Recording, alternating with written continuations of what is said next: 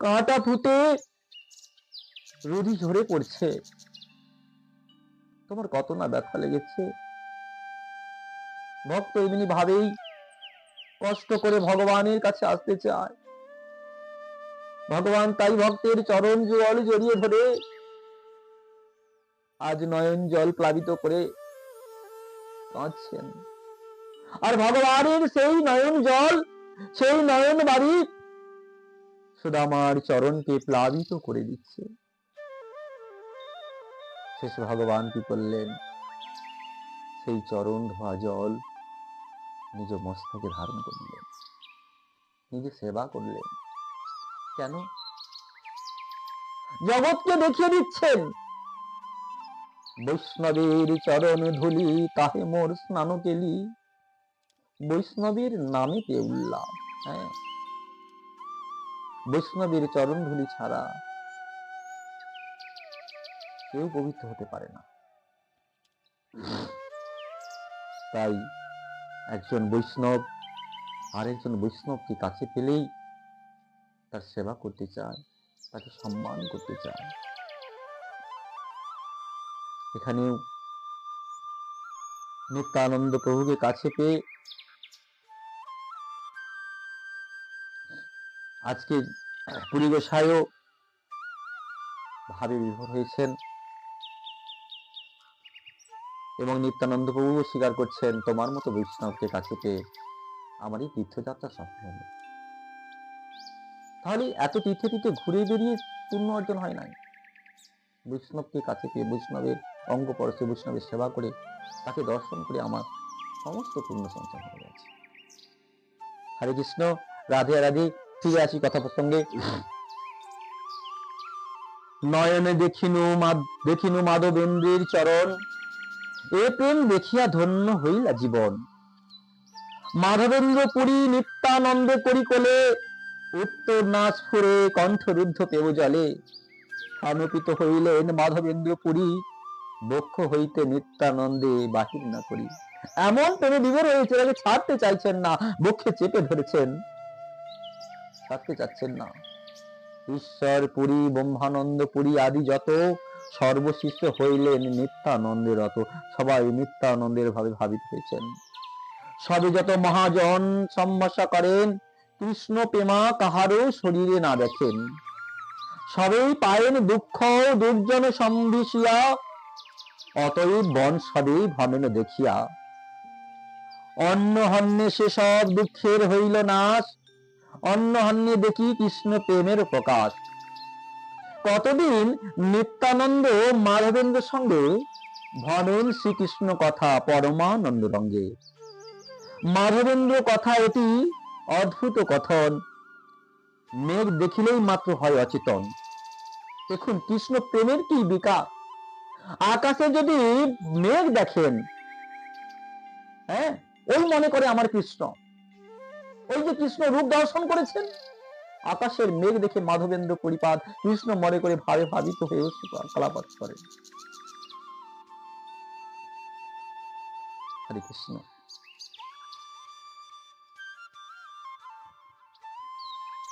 মেঘ দেখিলেই মাত্র হয় অচেতন। অহর্নিশ কৃষ্ণ প্রেম মদ্যপের প্রায়, হাসি কান্দে হই হই করে করে হায় হায়। বলছেন মাতালরা যেমন মদ খেয়ে তাদের ঠিক থাকে না, নেশায় মশগুল হয়ে ভুল ভাল বকতে থাকে, হায় হায় করে, অত্যাচার করে। আজকে মাধবেন্দ্র পরিপাদ কৃষ্ণ প্রেমে পাগল হয়ে হায় হায় হায় হায় করে, হই হই করে, পাগলের প্রায়। নিত্যানন্দ মহামত্ত গোবিন্দের রসে ঢুলিয়া ঢুলিয়া পরে অট্ট অট্ট হাসে। দোহার অদ্ভুত ভাব দেখি শিষ্যগণ, নিরবধি হরি বলে করে কীর্তন, নিতাই গৌর হরি হরি বল। রাত্রি দিন কেহ নাহি জানে প্রেম রসে, কতকাল যায় কেহ ক্ষণ নাই বাসে। মাধবেন্দ্র সঙ্গে যত হইল আখ্যান, কে জানাই তাহা কৃষ্ণচন্দ্র সে প্রমাণ। মাধবেন্দ্র নিত্যানন্দে ছাড়িতে না পারে, নিরবধি নিত্যানন্দ সংহতি বিরহরে। এবার আসি, ছিল মাধবেন্দ্র পুরী কর্তৃক নিত্যানন্দ স্তুতি ও মাহাত্ম্য কীর্তন। মাধবেন্দ্র পুরীপাদ নিত্যানন্দের স্তুতি করছেন আর কীর্তন করছেন কিভাবে দেখুন। মাধবেন্দ্র বলে, প্রেম না দেখিনু কোথা, সেই মোর সর্বতীর্থ হেন প্রেম যথা। মাধবেন্দ্র পুরী কি বলছেন? মাধবেন্দ্র পুরী বলে, প্রেম না দেখিনু কোথা, কোথাও প্রেম দেখতে পাচ্ছি না, সেই মোর সর্বতীর্থ হেন প্রেম যথা। যেখানে প্রেম আছে, ভক্তি আছে, সেটাই তীর্থ, তাছাড়া কি তীর্থ বলে গণ্য করা যাবে না। জানিনু কৃষ্ণের কৃপা আছেন মোর প্রতি, নিত্যানন্দ হেন বন্ধু পাইনু সংগতি। আমি বুঝতে পেরেছি, আমি জানি যে কৃষ্ণের কৃপা আমার প্রতি রয়েছেন, সেই জন্যই তো আমি তোমার মতো এমন নিত্যানন্দকে সঙ্গে পেলাম। নিত্যানন্দ, নিত্য যুক্ত আনন্দ, নিত্যানন্দ মানে সব সময় যিনি আনন্দ প্রদান করেন তিনি নিত্যানন্দ। সেই নিত্যানন্দকে আজকে কাছে পেয়েছি আমি। যে স্থানে যদি নিত্যানন্দ সঙ্গ হয় সেই স্থান সর্বতীর্থ বৈকুণ্ঠাদিময়। দেখেছেন, আগেই বলেছি, যেখানে ভক্ত বাস করেন, ভক্তের গৃহটাই তীর্থ, বৈষ্ণবের গৃহটাই তীর্থ। নিত্যানন্দ সেবক হলেন ভগবান, তাই ভক্ত যেখানেই বাস করবেন সেইটাই তীর্থ। এবং শুধু তীর্থ নয়, এখানে শাস্ত্রে বলছেন, চৈতন্য ভাগবতে বলছেন 184 আদিখণ্ড নবম অধ্যায় 184 নম্বর শ্লোকে বলছেন, কি বলছেন? যে যে স্থানে যদি নিত্যানন্দ সঙ্গ হয়, অর্থাৎ ভক্ত সঙ্গ হয়, নিত্যানন্দের সঙ্গ মানে ভক্তের সঙ্গ, সমস্ত ভক্তির সকালে বলা হয়েছে, ভক্ত সঙ্গ হয় সেই স্থান সর্বতীর্থ বৈকুণ্ঠাদিময়। নিত্যানন্দ হেন ভক্ত শুনিলে শ্রবণে, অবশ্য পাইবে কৃষ্ণ চন্দ্র সে জানে। নিত্যানন্দে যাহার তিলার্ধের দেশ রহে, ভক্ত হইলে সে কৃষ্ণের প্রিয় নহে। হরে কৃষ্ণ। যদি কেউ নিত্যানন্দের প্রতি অবজ্ঞা করেন, দেখুন আমরা রাধে রাধে বলি, হরে কৃষ্ণ বলি, যাই বলি, একটা দলীয় ভাগ হয়ে গেছে বৈষ্ণবদের মধ্যে। আমরা রাধে রাধে বলবো, কিন্তু কখনো জয় নিতাই বলবো না, হরে কৃষ্ণ বলবো না। আবার কেউ হরে কৃষ্ণ বলে, না না আমরা কখনো রাধে রাধে বলবো না, জয় নিতাই বলবো না। এখানে নিত্যানন্দ মহিমায় কি বলছেন? যে নিত্যানন্দে যাহার তিলার্ধের দেশ, যদি তিলার্ধের অল্প মাত্র অপরাধ হয় রহে, ভক্ত যদি হয়, ভক্ত হইলেও সে কৃষ্ণের প্রিয় নয়। সে যদি পরম ভক্ত হয় তাহলেও সে কৃষ্ণের প্রিয় পাত্র হতে পারে না।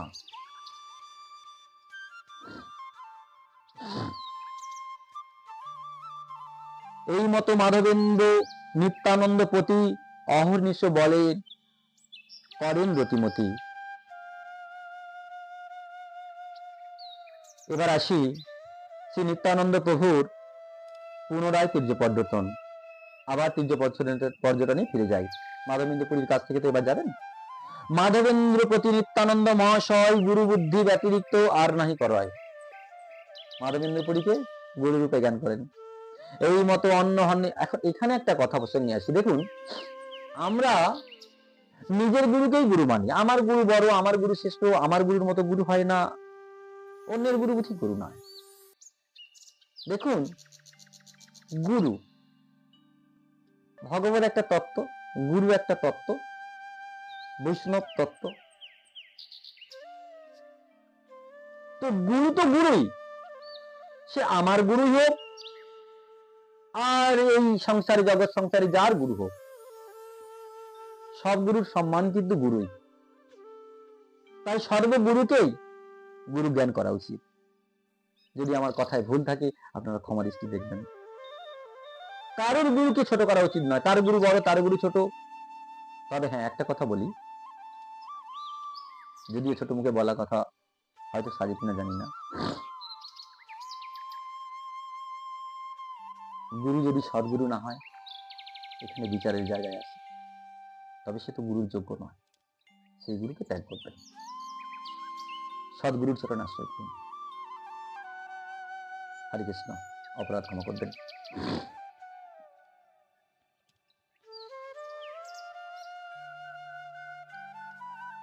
মাধবেন্দ্র প্রতি নিত্যানন্দ মহাশয় গুরু বুদ্ধি ব্যতিরিক্ত আর না করয়। এই মতো অন্য হন্যে দুই মহামতি কৃষ্ণ প্রেমে না জানেন তথা দিবারাত্রি। কখন দিন কখন রাত তিনি বুঝতে পারেন না, সর্বদাই কৃষ্ণ প্রেমে মত্ত থাকেন। কতদিন মাধবেন্দ্রের সঙ্গে নিত্যানন্দ থাকিয়া চলিলা সেরে যথা সেতু বন্ধ। এই যে নামে সেতু বন্ধ হয়েছে না। মাধবেন্দ্র চলিলা সরোজে দেখিবারে, কৃষ্ণাবেশে কেহ নিজ দেহ নাই স্ফুরে। অতএব জীবনে রক্ষা সে বিহারে, বাহ্য থাকিলে কি সে বিরহে প্রাণ রহে।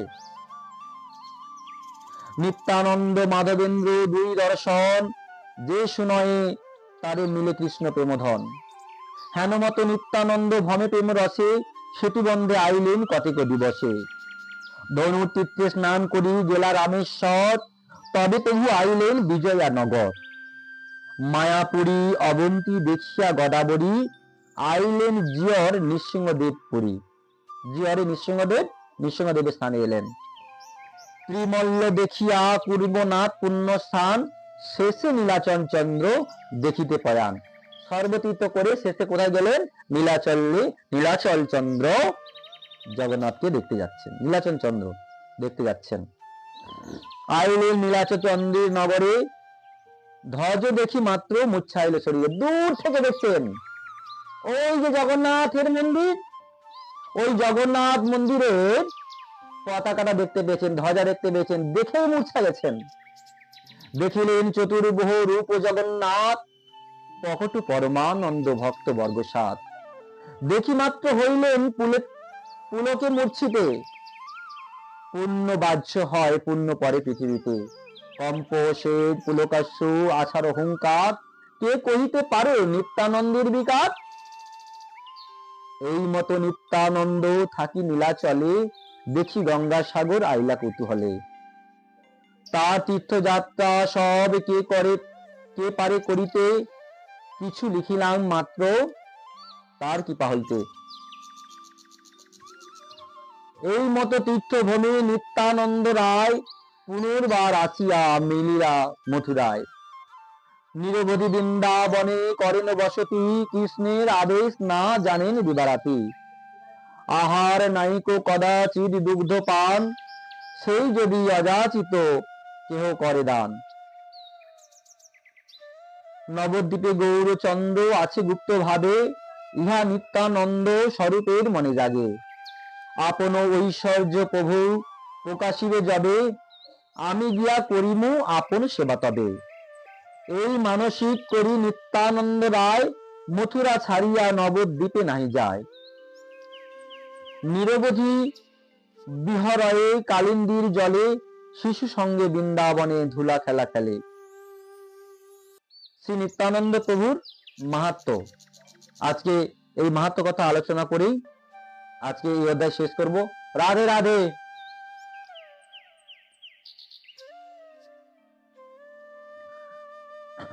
যদ্যপি নিত্যানন্দ ধরে সর্বশক্তি, তথাপি কারে না দিলেন বিষ্ণু ভক্তি। কি বলছেন? যদ্যপি নিত্যানন্দ ধরে সর্বশক্তি, তথাপিও কারেও না দিলেন বিষ্ণু ভক্তি। যবে গৌরচন্দ্র প্রভু করিবে প্রকাশ, তান সে আজ্ঞায় ভক্তি দানের বিলাস।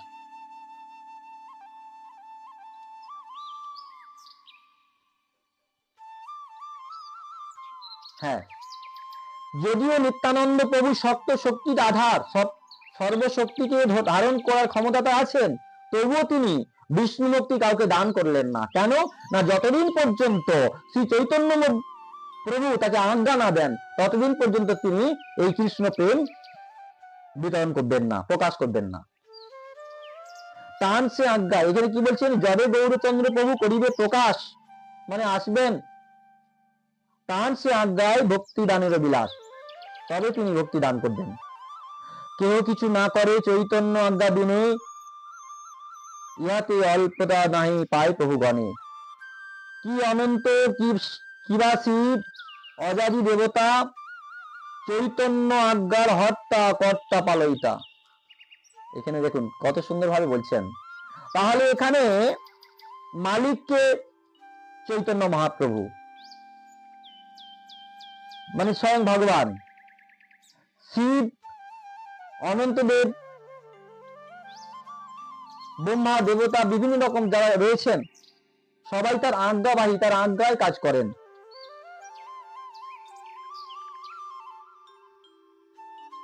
ইহাতে যে পাপীগণ মনে দুঃখ পায়, বৈষ্ণবের অদৃশ্য সে পাপী সর্বথায়। সাক্ষাতেই দেখে সবে এই ত্রিভুবন, নিত্যানন্দ দ্বারে পাইলেন প্রেমধন। আর একটু পড়ি এখানটায় কি বলছেন,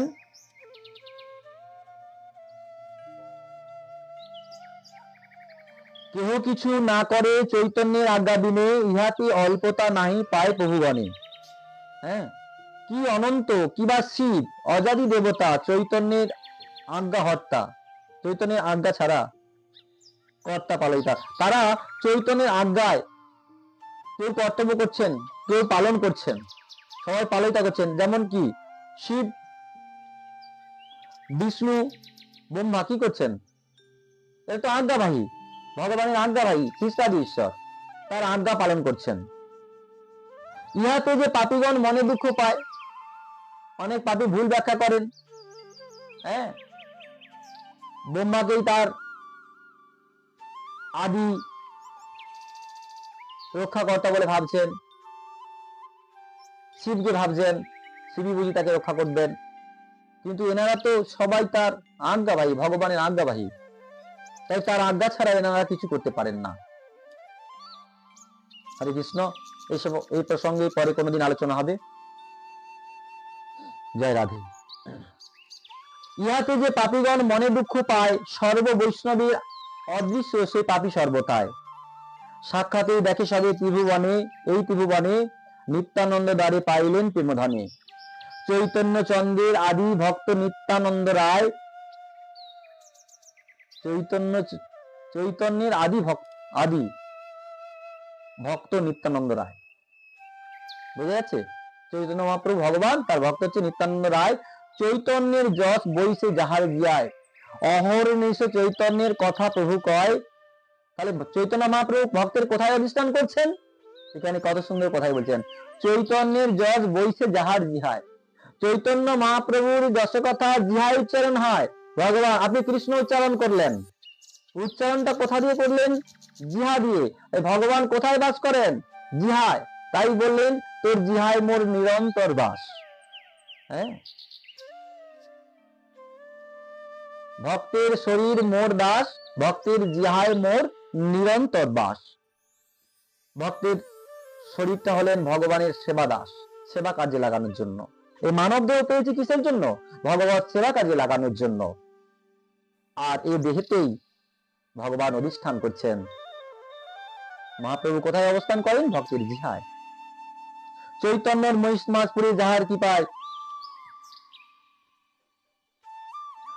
চৈতন্যের যশ বইছে যাহার জিহায়, অহর্নিশে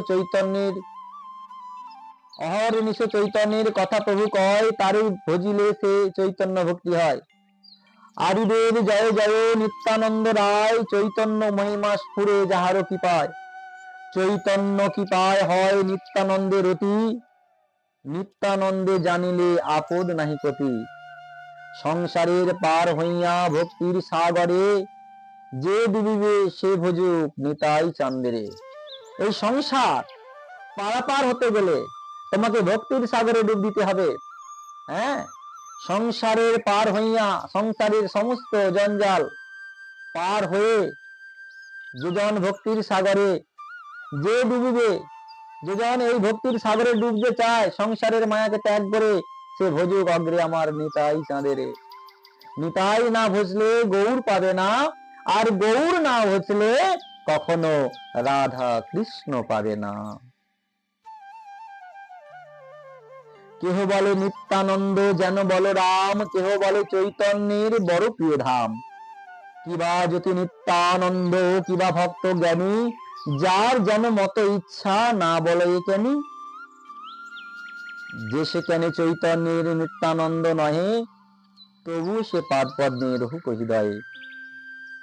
এত পরিহারে যে পাপী নিন্দা করে, লাথি মারো তার শিরোর উপরে। কিভাবে কথা বলছেন দেখুন। এত কথা শোনার পরে, এত মহিমা কথা শোনার পরেও যে পাপী ভক্ত বিদ্বেষী হয়, ভগবানকে মানতে চায় না, এখানে শাস্ত্র বলছেন, মহাপ্রভু সিদ্ধান্ত দিচ্ছেন দেখুন, চৈতন্য ভাগবত সিদ্ধান্ত দিচ্ছেন 225 আদি খণ্ডে নবম অধ্যায় 225 নম্বর শ্লোকে বলছেন, এত পরিহারে যে পাপী নিন্দা করে, হ্যাঁ ভগবত নিন্দা করে, লাথি মারো তার শিরের উপরে, তার মাথায় লাথি মারো। কোন চৈতন্যের লোক নিত্যানন্দ প্রতি মন্দ বলে হেন দেই তা কেবল স্তুতি। কোন চৈতন্যের লোক নিত্যানন্দের প্রতি মন্দ বলে হেন দেখো কেবল স্তুতি।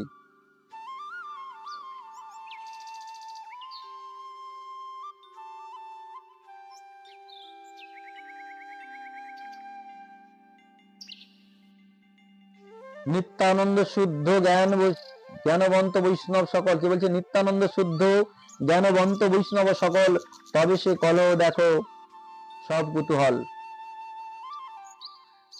কোন চৈতন্যের লোক অর্থাৎ মহাপ্রভুর কোন ভক্ত, ভগবানের ভক্ত নিত্যানন্দের প্রতি মন্দ বলে হেন দেখো তাকে বলে স্তুতি। খারাপ চোখে দেখার দরকার নেই। ভক্ত লোক যদি কেউ কোনো খারাপ কথা বলে সেটা স্তুতি বলেই জানবে। হরে কৃষ্ণ।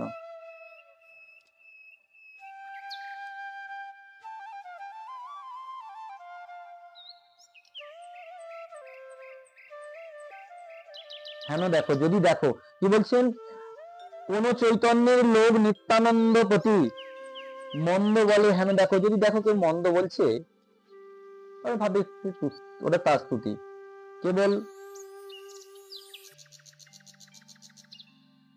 কেবল স্তুতি, সেটা তার স্তুতি। নিত্যানন্দ শুদ্ধ জ্ঞানবন্ত বৈষ্ণব সকল, এখানে ভুল হলে ক্ষমা করবেন। জয় রাধে। বৈষ্ণবের তো উগ্রতা থাকতে নাই, সবাইকে শিক্ষা দিতে হয়। অনেকে মন্দ লাথি করে, এখানে মহাপ্রভু বলছে, শাস্ত্র বলছেন, তবে লাথি মারো তার শিরে। আবার কাউকে যদি অবজ্ঞা করা হয় তাহলে তো সে ওই পথে আসবে না। ঠিক আছে, সে তার স্তুতি করছে করুক, তার কথা বলছে বলুক। হরে কৃষ্ণ। নিত্যানন্দ শুদ্ধ জ্ঞানবন্ত বৈষ্ণব সকল, তবে যে কলহ দেখো সব কুতূহল। ইথে এক জনের হইয়া পক্ষ যেই, অন্য জনে নিন্দা করে ক্ষয় যায় সেই। খুব সুন্দর কথা পরের লাইনে বলে দিলেন দেখুন।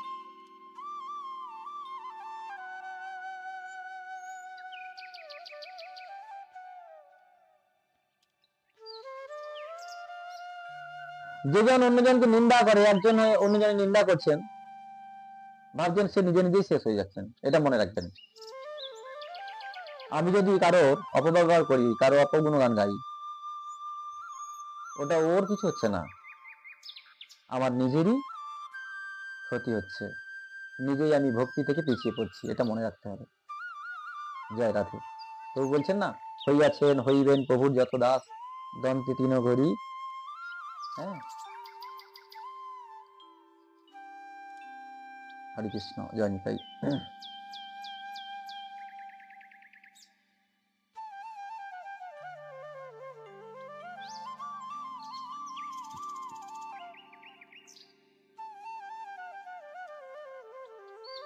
অন্য জানে নিন্দা করে ক্ষয় যায় সে। হ্যাঁ, নিত্যানন্দ স্বরূপে সে নিত্যানন্দ লয়, নিত্যানন্দ স্বরূপে সে নিন্দা না লয়, তান পথে থাকিলে সে গৌরচন্দ্র পায়। নিত্যানন্দ স্বরূপে সে নিন্দা না লয়, তান পথে থাকিলে, নিত্যানন্দের পথে থাকিলে সে গৌরচন্দ্র পায়। নিত্যানন্দের পথে সৎভাবে থাকুন, সৎ চিন্তায় থাকুন, তাহলে গৌরচন্দ্র অবশ্যই কৃপা করবেন। হেন দিন হইব কি চৈতন্য নিত্যানন্দ, দেখিব বেষ্টিত চতুর্দিকে ভক্তবৃন্দ। এটা ভক্তের আকাঙ্ক্ষা। ভক্ত মনে মনে ভাবছেন যে হেন দিন কি হইবে, হইব কি চৈতন্য নিত্যানন্দ, দেখিব বেষ্টিত চতুর্দিকে ভক্তবৃন্দ। চতুর্দিকে ভক্তবৃন্দ থাকবেন। হ্যাঁ, সর্বভাবে স্বামী যেন হয় নিত্যানন্দ, তার হইয়া ভজি যেন প্রভু গৌরচন্দ্র। জগতের স্বামী নিত্যানন্দ হবেন এবং তার হয়ে আমরা গৌরচন্দ্রের ভজন করব। নিত্যানন্দ স্বরূপে স্থানে ভাগবত, জন্মে জন্মে পরিবাও এই অভিমত। জয় জয় মহাপ্রভু শ্রী গৌরচন্দ্র, দিলাও নীলাও তুমি প্রভু নিত্যানন্দ। দেওয়ার মালিক তুমি, নেওয়ার মালিক তুমি, তথাপি এই কৃপা করো মহাশয়, তোমাতে তাহাতে যেন চিত্তবৃত্তি রয়। হে নিত্যানন্দ প্রভু, এই কৃপা করুন আপনি, যেন আপনার চরণে আমাদের মতি থাকে। তোমার পরম ভক্ত নিত্যানন্দ রায়, হে মহাপ্রভু আপনি কৃপা করুন। আর তোমার পরম ভক্ত নিত্যানন্দ রায়, বিনা তুমি দিলে তারে কেহ নাই পায়। বৃন্দাবন আদি করি ভমে নিত্যানন্দ, যাবদ না আপনা প্রকাশে গৌরচন্দ্র। হ্যাঁ, ভূমে ঘুরে ঘুরে বেড়াচ্ছেন যতদিন না পর্যন্ত নিত্যানন্দ প্রভুকে গৌরচন্দ্র দর্শন না দিচ্ছেন। নিত্যানন্দ স্বরূপের তীর্থ পর্যটন, যে ইহা শুনে তারে মিলে প্রেমধন। শ্রীকৃষ্ণ চৈতন্য চন্দ্র নিত্যানন্দ চন্দ্র জানো, বৃন্দাবন দাস্ত সুপদ জুড়ে গানো। ইতি শ্রী চৈতন্য ভাগবতের আদি খণ্ডে শ্রী নিত্যানন্দ বাল্য লীলা তীর্থযাত্রা কথানং নাম নবম অধ্যায়। এখানে নিত্যানন্দ প্রভুর লীলা কথা এবং আবির্ভাব কথা প্রসঙ্গ বিশ্রাম রাখলাম। সর্বপ্রথমে বলেছি, আবার শেষে বলি, যদি কোনো ভুল ত্রুটি থাকে আমায় নিজ গুণে ক্ষমা করবেন, আর পারলে আমার ভুল ত্রুটি আমাকে কখনো জানাবেন।